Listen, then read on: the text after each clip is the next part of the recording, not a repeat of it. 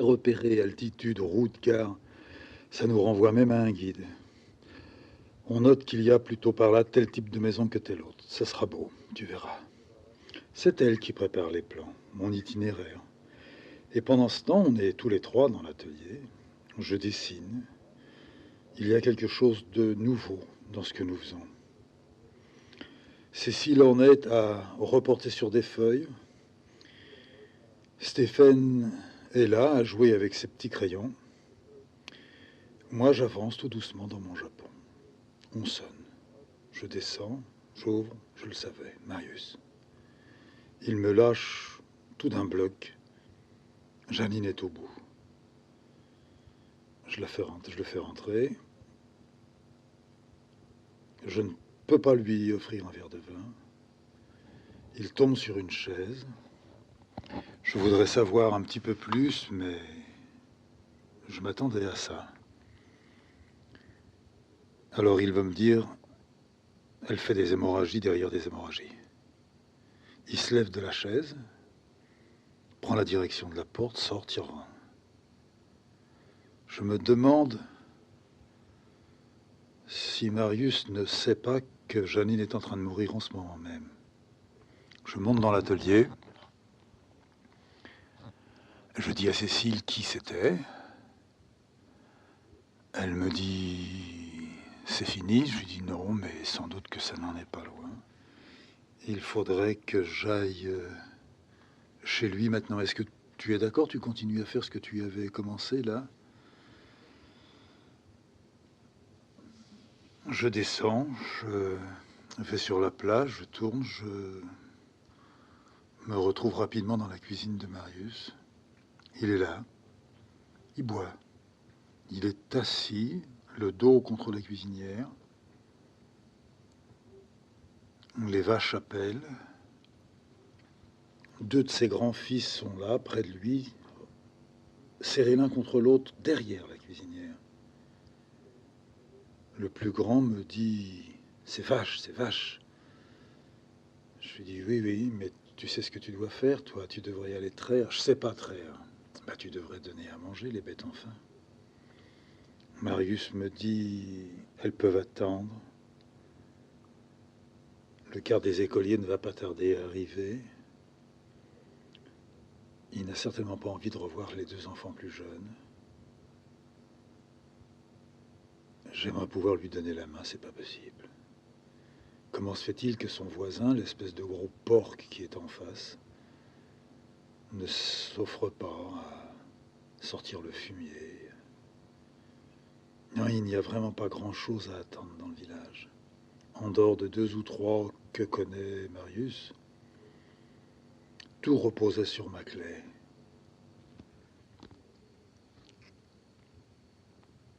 Il m'apprend que la mère de Janine, en allant avec son gendre dans un village, a eu un accident de voiture et qu'elle est hospitalisée dans le même hôpital que Janine. Je veux savoir si elle sait que sa fille est hospitalisée là. Il me dit non, non, personne ne lui dira. Les médecins ont dit qu'il ne fallait pas. Alors là, je comprends vraiment que Janine va mourir. Nous le savions tous, mais ça, c'est le signe infaillible. Je dis à Marius, je vais te laisser, je ne peux rien te faire. Est-ce que tu veux que ce soir on prenne des gosses, on bouffe ensemble à la maison? Il me dit oui, peut-être. Les deux qui vont revenir de l'école. Josiane et Néné, si tu veux, oui. Tu ne leur parleras pas. Non, je ne dirai que ce que toi tu leur as dit, c'est-à-dire que Janine est malade. Mais veux-tu qu'on les couche à la maison? Non, je préfère qu'ils couchent ici. Ah, d'accord. Il m'accompagne. Il sort derrière moi. On arrive à la hauteur des étables. Je lui dis, je crois qu'il faudrait quand même aller donner à bouffer aux bestioles. Tu veux que moi je monte dans le grenier puis je te les passe? C'est des bottes qu'il faut faire descendre. Combien tu en fais descendre? Non, laisse tomber. Mais pourquoi? Les vaches, elles ne savent pas ça. Je te descends des bottes, allez. Les gamins ils sont comme lessivés, là. Ah, je leur ai dit. Tu leur as dit quoi? Je leur ai dit que Janine était foutue. Ah oui, c'est ça. Allez, je monte et je fais descendre combien de bottes? Oh, c'est pas 10 bottes qu'il faut, c'est au moins... Fais-en descendre 20, il en restera 2 ou 3 pour demain matin, c'est pas grave. Tu montes, je vais te montrer. C'est plutôt celles qui sont là, devant. Ne les tire pas, pousse-les avec une fourche. N'essaye pas de les porter, c'est très lourd. Fais attention en montant, fais attention en descendant. Moi, je suis plus loin, je commence à retirer les liens. Les prends pas avec les doigts, surtout, ça coupe. Je monte à une échelle tout à fait verticale. J'arrive au palier. Il n'y a pas de lumière, mais je vois suffisamment par l'ampoule qui est en bas, là où se trouve Marius. Marius me dit, vas-y, envoie. Alors avec une fourche, j'essaye de pousser. C'est effectivement très, très lourd. Ça va faire au moins 50 à 60 kilos. Alors je préfère pousser des pieds. J'en balance une, je lui dis, attention, il y en a une qui descend. Puis une autre, puis une autre. Je dis, j'en fais descendre 5, puis tu les retires. 5 bottes sont en bas. Une odeur de foin monte tout doucement dans la grange. De foin et odeur et poussière. De foin et de paille. Il y a Marius qui a retiré sa casquette. Il traîne les bottes dans un coin. Il prend une sorte de grosse pince ou de grosse tenaille. J'entends les liens qui craquent. Il coupe tout ça. Le foin qui s'échappe. On dirait comme une chevelure d'animal. Le foin qui veut reprendre ou essayer de reprendre une partie de la verticalité qu'il avait. Je lui dis, j'en envoie encore 5, fais attention. J'en balance 5. J'en prépare 5 autres debout. Je n'aurais plus qu'à les pousser d'un pied. Janine devait monter, elle, avec les 2 grands. C'est elle qui devait les pousser. Enfin, je dis ça, je ne sais pas. Il me semble que je la vois faire. Qu'elle était devenue maigre. Je me souviens d'elle quand son nez coulait. Quand j'avais examiné cette sorte de blessure si mal cousue qu'elle avait au-dessus de la lèvre, avec la cicatrice qui rentrait dans le nez et qui le tordait légèrement.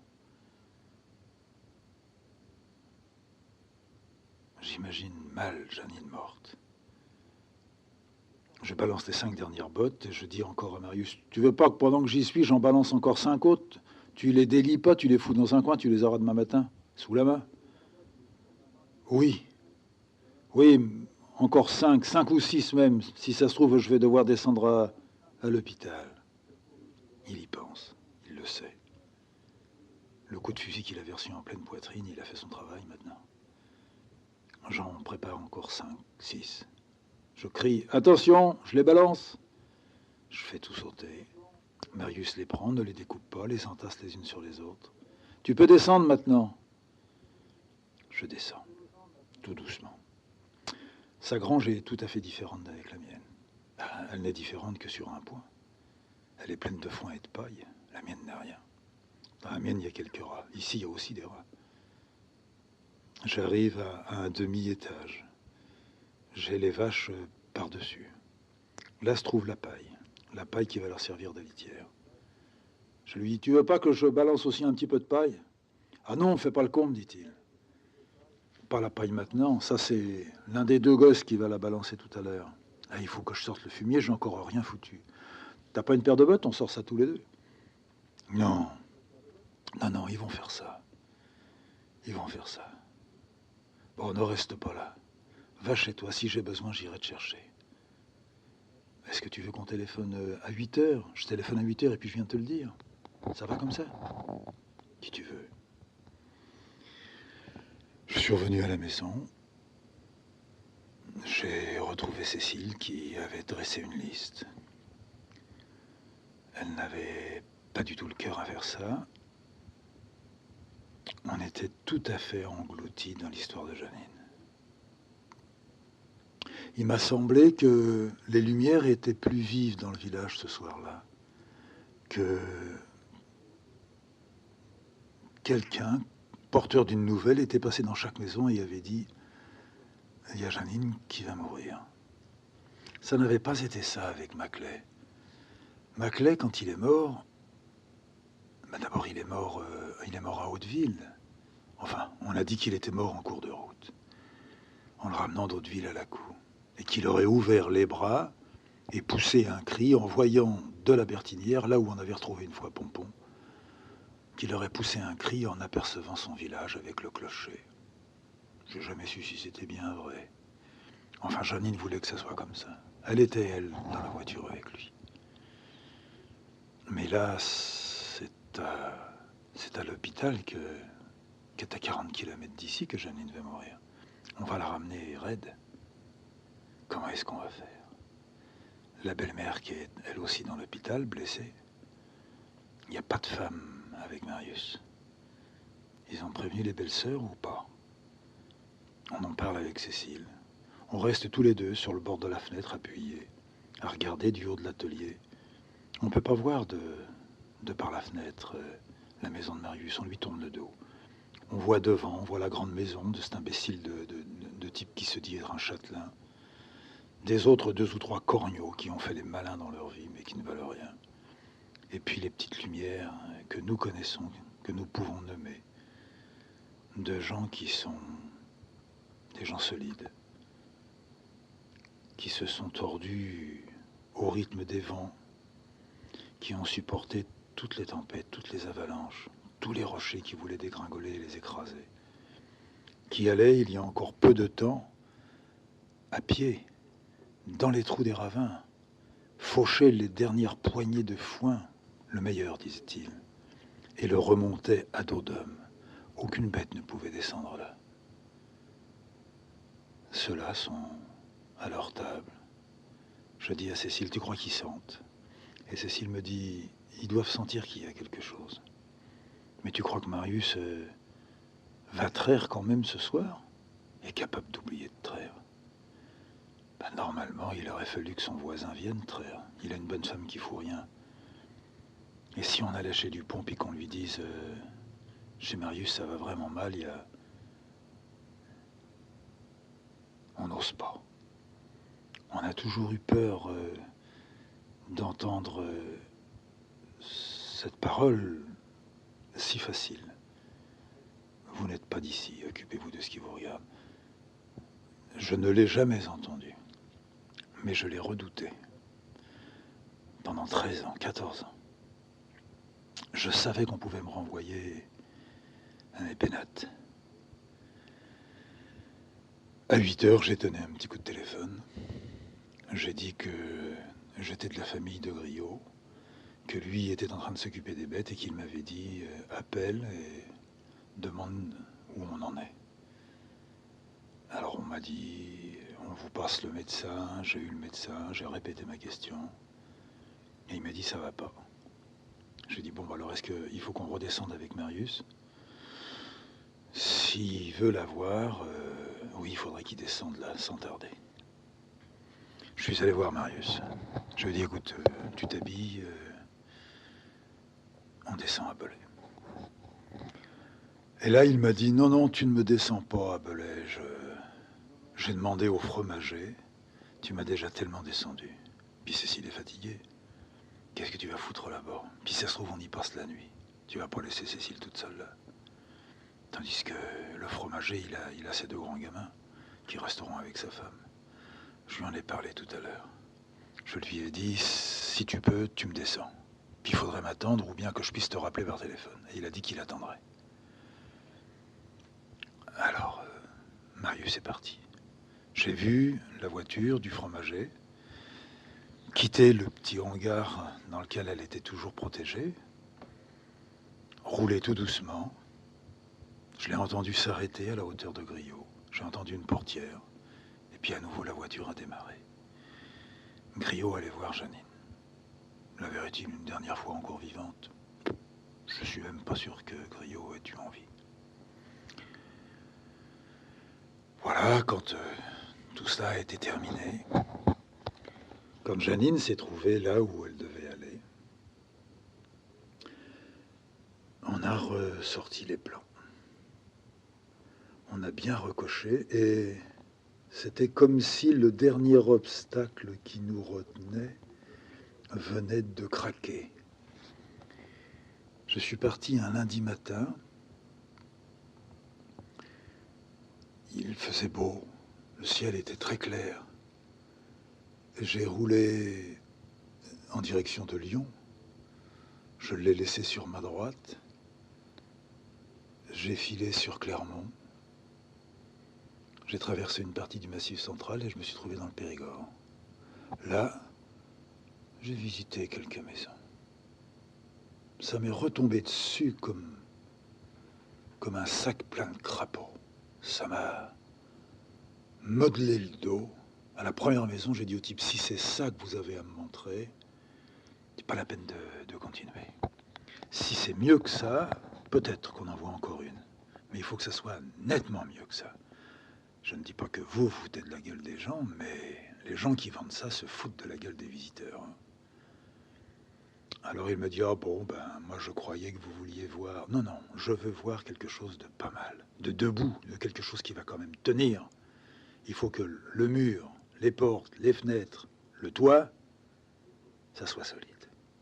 Après, dedans, je préférerais que ça soit en bon état, mais s'il y avait des réparations, ça ne me ferait pas reculer. Une question de prix. Vous savez aussi ce que je vous l'ai dit. Un peu à l'écart, mais pas totalement dans les bois. Il a semblé comprendre ce que je voulais. On est allé à l'orée de certains villages. C'est vrai que le Périgord changeait beaucoup. Il n'y avait plus du tout de sapins. Il y avait des arbres tout à fait nouveaux pour moi, des chênes. Les toits étaient entièrement différents. Ça tenait avec de grosses pierres. C'était souvent très, très vide. Beaucoup de persiennes et de volets étaient fermés. J'en ai fait la remarque au conducteur qui m'a dit, ben, tous ces gens-là ne viennent que l'été. Ah oui, mais alors attention que moi je ne veux pas me trouver un peu à l'écart d'un village qui n'est peuplé que l'été. Ah bah il faudrait savoir ce que vous voulez. Non, je ne veux pas être 9 mois par an obligé d'aller chercher mon pain et mon vin à 50 km d'ici. Je veux que si on est à 1 ou 2 kilomètres d'un village, que ce village-là vive. Sinon, qu'est-ce que vous voulez que je fasse? C'est pour y vivre continuellement. Ah, bah alors c'est votre résidence principale, j'avais pas compris. Bah, vous le savez très bien, je vous l'ai dit. Alors on a fini par visiter une maison.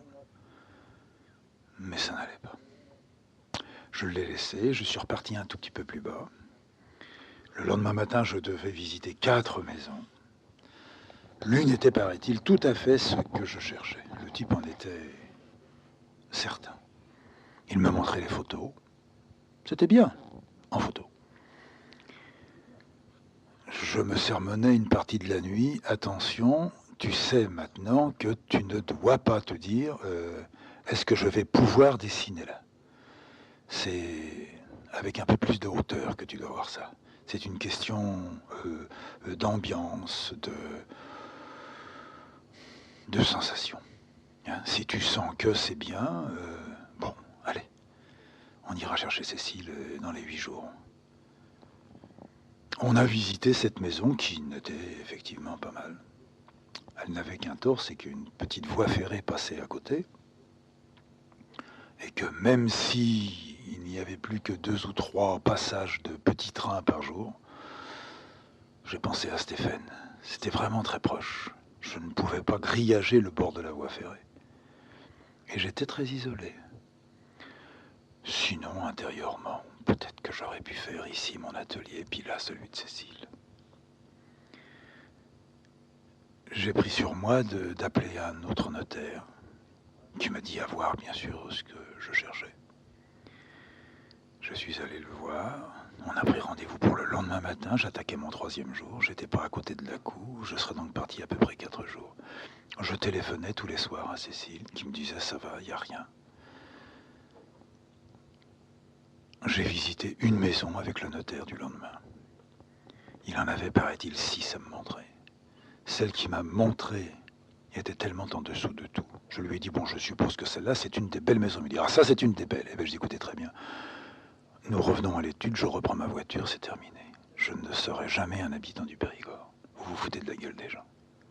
Oh, écoutez, cher monsieur, non, vous ne m'avez pas compris. Écoutez, Je vous ai ni compris ni pas compris. On revient à votre étude, on arrête tout. Ne me communiquez plus rien. Je vais chercher autrement. Moi-même et certainement ailleurs. Puis je suis revenu à la maison. Je dis à Cécile que ça ne s'était pas bien passé du tout, qu'il fallait rayer le Périgord. Et à nouveau, elle a craqué. Elle m'a dit, mais où chercher alors? Qui va nous trouver quelque chose? Et effectivement, qui va nous trouver quelque chose et pourquoi aller davantage en Bourgogne qu'ailleurs? J'ai senti que nous étions, quoi que nous disions, fatigués de tout ça. Pas seulement de chercher, de supputer, mais que c'était en train de repartir dans le mauvais. Et qu'il était peut-être bon à nouveau de revoir tout ça, de mettre notre maison en vente, sans avoir encore trouvé quelque chose.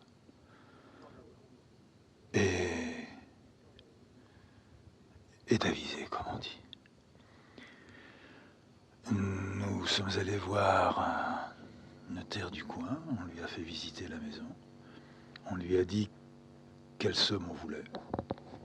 Il a dit que c'était possible, qu'il y aurait certainement quelqu'un. Et il ne nous a jamais envoyé de visiteurs pendant des mois. Et Cécile a retrouvé sa peur et son obsession. Nous ne vendrons pas la maison. Peut-être que nous en trouverons une, mais nous ne vendrons pas la maison. Alors comment allons-nous faire? Enfant, je rêvais que j'étais adulte, fort, grand, souriant, que je marchais route de la Reine, avec une joie dans le corps qui m'élevait au-dessus du trottoir, enjambant l'espace dans une espèce de souplesse inconnue. Je me suis réveillé dans la nuit en cherchant quel était le rêve que j'avais fait. J'ai retrouvé celui-là. L'autre ne venait pas. J'ai étendu mon bras, j'ai touché Cécile, j'ai dit tout bas, « Tu dors ?» Elle n'a pas répondu. J'ai cherché où est-ce que je m'étais trompé. Où est-ce que je m'étais mal dirigé avec cette maison. Je me disais que peut-être si tout de suite cette maison avait été mise en vente, et si par bonheur elle avait été vendue, nous aurions pu momentanément nous installer quelque part, en location, en attendant de trouver la maison. Et ça n'aurait pas plu à Cécile. Je suis pas sûr non plus que ça m'aurait plu. Ah, je suis comme quand je dessine. Il m'arrive souvent d'attendre que vienne je ne sais quel ordre qui me transformera en même temps qu'il accomplira seul le dessin. L'ordre exécutant le dessin. C'est vrai, j'ai toujours attendu. Dans le quartier, je ne sais pas ce que je foutais à attendre sous les becs de gaz, dans le fond des couloirs. J'aimais bien attendre au bord de l'eau. Là, j'attends quelque chose. Il faudrait que quelque chose se fasse. Mais qui est-ce qui va le faire, puisque moi, je ne l'ai pas encore. Je ne l'ai pas encore fait, ce geste. À ce moment-là, mon dernier rêve me revient. Je crois que je venais de perdre la tête. Ma mère entrait dans la chambre où j'étais. Elle était nue. Je crois que j'ai voulu lui parler, lui demander « Pourquoi tu es à poil ?» Mais de ma bouche noire ne sortaient que des morceaux de paroles en désordre. Tout ça s'entrechoquait comme un trousseau de clés. J'ai été saisi d'une peur que je faisais tout pour la repousser, mais je me disais en même temps, je suis devenu fou ou ma mère est devenue folle?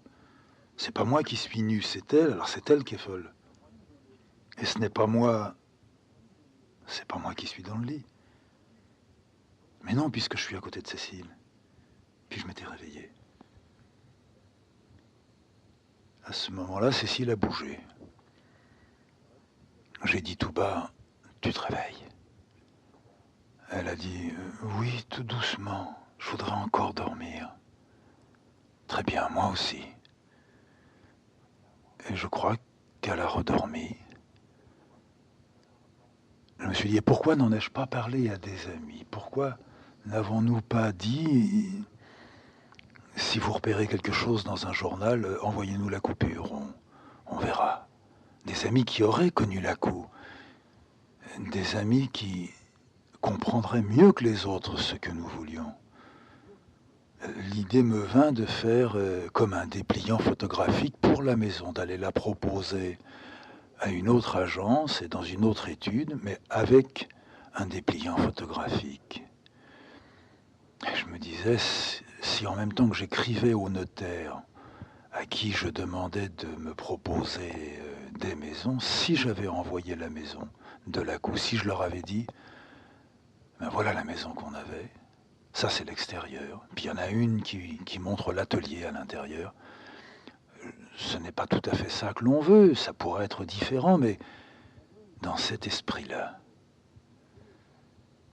Et puis je ne suis pas allé dans cette direction parce que ça n'était pas possible. Je ne pouvais pas dire à quelqu'un,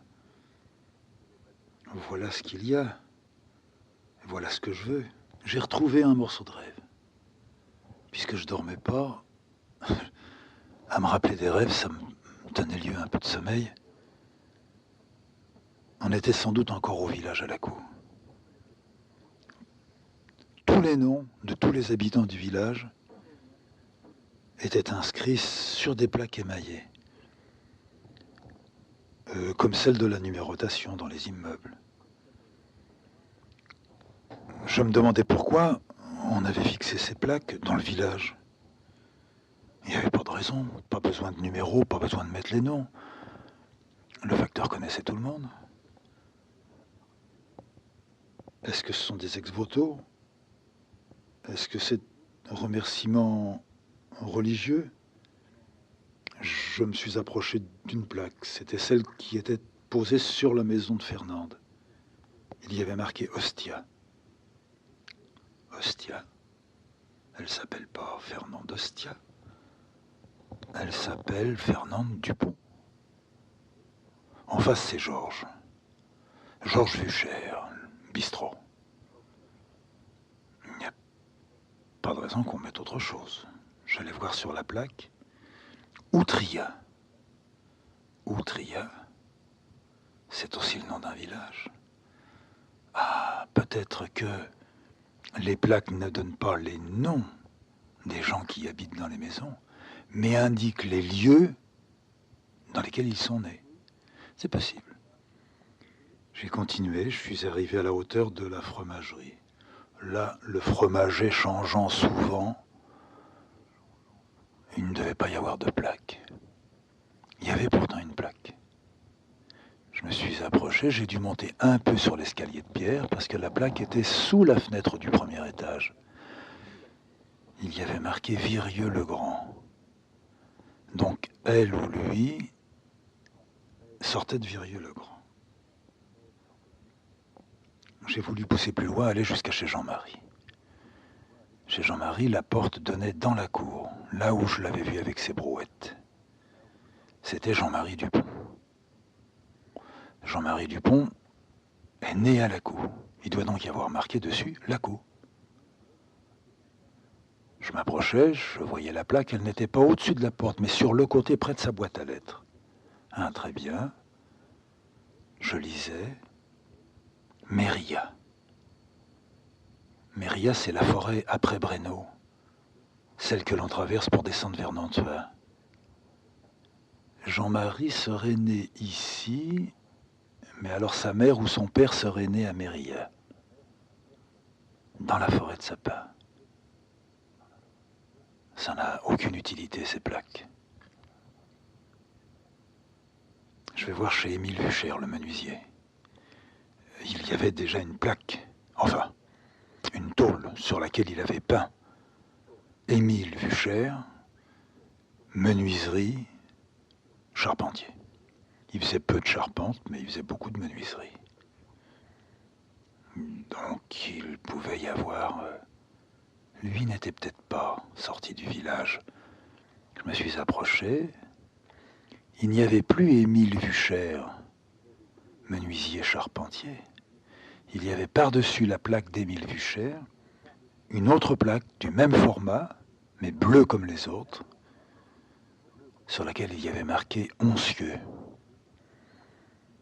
Oncieux, seul petit village de montagne tout en rond, fortifié sur ses pourtours.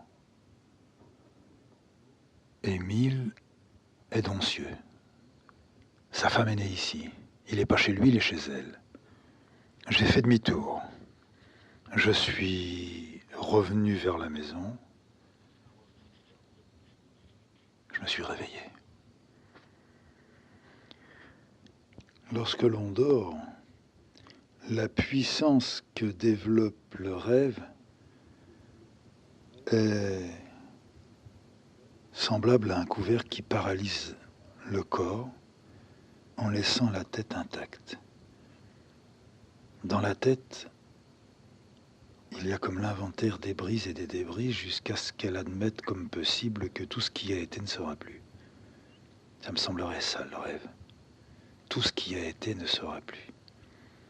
En clair, je pourrais faire une sorte d'extension et dire que je ne dessinerai plus, je ne lirai plus, que je resterai immobile à ma table, à attendre ainsi indéfiniment que le rêve passe, et indéfiniment qu'il continue à passer. Dans ces moments de rêve, il n'y a pas place pour les cassures, et s'il devait y avoir une cassure, elle serait rapidement réduite, comblée, bouchée. Dans la réalité, si la réalité c'est l'éveil, dans ces cassures-là, qui s'entassent comme précipitamment, je sens là mon corps se briser, non pas réellement, mais irréellement. Mon corps est devenu un des éléments d'un rêve qui ne se déroule pas au moment où je suis éveillé. Comme s'il voulait laisser le champ à des pensées qui, quelquefois, sont très dévastatrices, dont j'admettrai plus tard, sans doute l'inutile raison. Jean Maclay et quelques mois après Janine ne sont pas passés par l'église. Je n'étais donc pas encore rentré dans l'église de la Cour, en 14 ans. J'avais eu envie d'accompagner la femme d'un de nos voisins. Mais c'était mon premier convoi et Cécile, que j'avais aperçue derrière les vitres de mon atelier, me regardait, m'avait dit, parmi tous les hommes qui marchaient, les femmes devant, les hommes derrière, dans ce convoi, tu étais comme déplacé. Tu avais ta grande houppelande, qui était un manteau un peu plus ample que les autres. Et elle me dit, personne ne semblait te parler. Et je lui avais dit, en revenant, mais si, quelqu'un m'a parlé. Et c'est justement Marcel Dupont, le voisin de la place. Il m'a parlé pour me demander, vous n'êtes jamais rentré dans l'église de la Cour? Je lui ai dit, non, jusqu'ici, je ne l'ai pas fait, mais là, avec la femme de Sublet, nous allons certainement y rentrer et je vais découvrir cette église. Ah, il me dit, ah non, pas nous. Pourquoi pas nous? Parce que les hommes ne rentrent pas dans l'église. Il n'y a que les hommes de la famille qui rentrent dans l'église. Ah bon, mais alors Jean-Marie, qui n'est pas de la famille Sublet, ne rentrera pas à l'église, lui qui est si chrétien? Jean-Marie rentrera parce qu'il sert le prêtre. Ah oui, c'est ça. Sinon, il n'y aura pas d'autres hommes en dehors des hommes de la famille. Normalement, oui. Ah, vous avez bien fait de me prévenir, parce que j'aurais pu rentrer. Une fois l'enterrement terminé, au lieu de rentrer vers le village avec les hommes, et la halte obligée au bistrot de Georges Vuchère, ce qui ne m'intéressait pas du tout, Et je ne pouvais pas les laisser là, rentrer et moi continuer. Je suis descendu un petit peu en dessous de l'église. Je fais à peu près 500 mètres. Je m'arrêtais ici et là. C'était une route que je prenais rarement. Cécile avait très peur avec la voiture. Que brusquement il y ait des graviers, que l'on s'emballe, que l'on dérape. Et je regardais sur ma gauche en descendant la partie raide et très élevée où j'apercevais tout en haut soit le mur du cimetière, soit le haut du clocher. Et sur ma droite,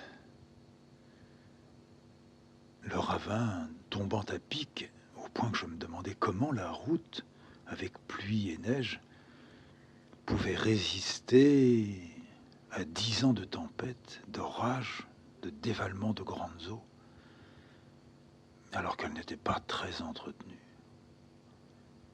Que tout ça, tôt ou tard, un jour partirait, que peut-être le village partirait. Et arrivé au premier grand virage, de là où on voit une dernière fois une partie de Lakou par en dessous, comme si Lakou était un village tibétain, j'ai fait un demi-tour et je suis revenu sur mes pas,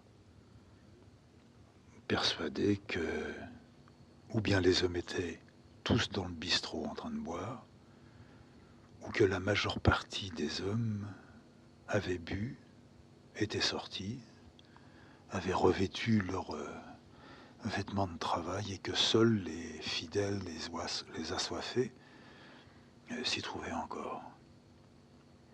Je suis donc repassé par là.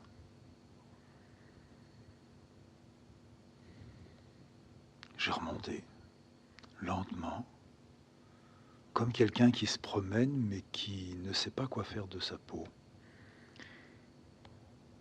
Rien ne m'attendait sur la table. Il y avait toujours cette feuille, mais pourquoi me presser? Je me demandais tout à coup pourquoi ma mère avait-elle développé, mais avec une force extrêmement persuasive, développé cet écart qui n'était même plus ce qu'on peut nommer un écart, mais c'était presque un continent qu'elle voulait placer entre ce que je voyais de mes yeux et ce qu'elle voulait que je voie, mais avec quels yeux? Je n'avais qu'une paire d'yeux. Elle me prenait la tête par moments, et peut-être étais-je tout simplement en train de fixer le lit de la grand-mère, ce qui n'était quand même pas une affaire gênante pour elle. Ou bien, je me souviens avoir traversé une période à fixer la petite pharmacie que mon père avait entièrement faite et qu'il avait accrochée au mur, très proche du pied de mon lit, tout étant tellement petit que tout était proche, et en dessous de laquelle, pendant un certain temps, j'ai pu me glisser sans la heurter et prendre mon repas autour de la table avec eux. Mais est arrivé un moment où, grandissant, mon père, refusant de déplacer la petite pharmacie en bois, je n'entrais qu'en me foutant un coup dans les tempes et je ne me relevais, ayant oublié que j'avais la pharmacie, et que mon père aurait pu me dire « Fais attention, il y a la pharmacie, penche-toi pour sortir ». Je heurtais à chaque fois la pharmacie jusqu'au jour où je l'ai pratiquement décellée. Et mon père m'a dit « Tu l'as fait exprès, petit con ». Non, je l'avais oublié. Mais depuis le temps, ça fait des années qu'elle est là, tu peux pas faire. Oui, oui, je ferai attention maintenant. Et j'avais demandé à ma mère si tu es d'accord. Et si elle est d'accord, il faudrait mettre la grand-mère sous la pharmacie. Elle a plus de mémoire que moi. Elle y pensera, puis elle est plus petite, puis elle est voûtée. Et puis on lui dira, fais attention ma mère. Et elle sortira en faisant attention. Je me cogne tout le temps dans la pharmacie, puis un jour je vais la faire tomber. Et puis là, je vais vraiment me faire engueuler par le père. Ma mère a été d'accord, elle a fait la proposition à sa mère, qui a été d'accord aussi. Mais voilà que j'étais maintenant face à la pharmacie dans cette petite pièce, et que je la regardais. Je ne regardais pas ma grand-mère.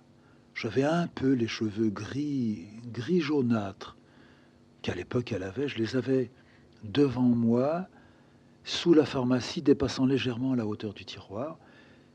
Et comme de jour comme de nuit, il fallait que l'ampoule brûle dans cette cave. Peut-être que c'était la couleur de l'ampoule qui faisait que les cheveux étaient plus jaunes qu'ils n'étaient. Ma grand-mère avait dû être châtain. Et elle avait gardé ce côté dans sa chevelure, malgré son âge qui, petit à petit, la conduisait vers une chevelure toute blanche. Je fixais le bouton du tiroir, et puis je fixais le petit système de verrouillage que mon père avait mis pour tenir la porte fermée. Je fixais aussi le rideau qu'il avait demandé à ma mère de mettre derrière la vitre de la porte, et je fixais dans ce rideau au point de pouvoir compter les plis que formait le rideau. Comme il avait mis une vitre légèrement teintée, un peu couleur de thé, le rideau, qui était blanc quand on ouvrait la porte de la pharmacie, devenait, quand la porte était fermée derrière cette vitre, devenait, disons, doré, jaune clair, ce qui permettait de bien compter les plis. Et j'en étais à vérifier les plis, à savoir que, si ma mémoire est bonne, il devait y en avoir 42. Un jour, mon père m'a dit, qu'est-ce que tu as à fixer ça? Alors, je lui ai dit, non, je ne fixe pas. Je compte les plis. T'es pas un peu con, non? Non, mais qu'est-ce qu'il y a de mal à ça? Mon père n'avait pas insisté. Il avait mangé, nous avions avec lui terminé le repas, et il était parti. Ma grand-mère était sortie de dessous la pharmacie, sans la heurter. Elle était allée sur son lit, s'était allongée, et faisait là sa digestion. Moi, j'étais toujours assis à ma place, et ma mère était assise à la sienne, c'est-à-dire à ma droite. Elle avait la cuisinière dans le dos. Elle aimait que ça lui chauffe tout le dos. Et une fois que elle eut cru que sa mère était endormie, elle me dit, ton père a raison, faut pas fixer la pharmacie. Même si tu comptes les plis, c'est complètement idiot. T'as pas ça à faire. Oui, mais qu'est-ce que tu veux que je fasse? Eh ben, tu parles. Mais je vais vous dire quoi? Ben, je ne sais pas, moi je suis pas à ta place. Tu sais parler, tu peux parler, tu vois bien que moi je parle. Oui.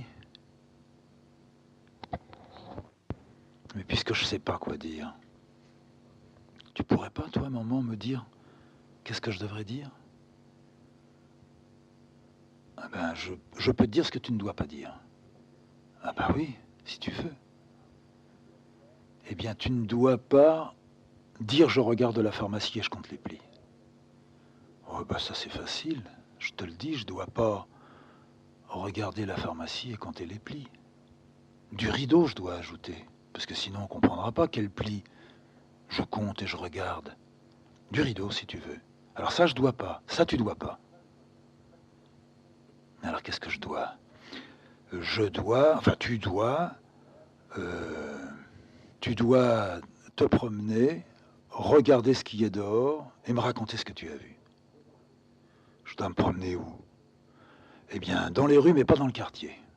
Tu dois aller ni chez Alphonse, ni au grand soleil, non, tu ne dois pas aller par là. Tu dois monter vers la route de la Reine et puis là, tu regardes. Mais je regarde qui? Tu regardes les vitrines. Quelle vitrine? Mais je ne sais pas, moi, tu regardes les vitrines, tu regardes là où il y a des chaussures. Alors je vais compter les chaussures. Non, arrête de compter. Tu regardes,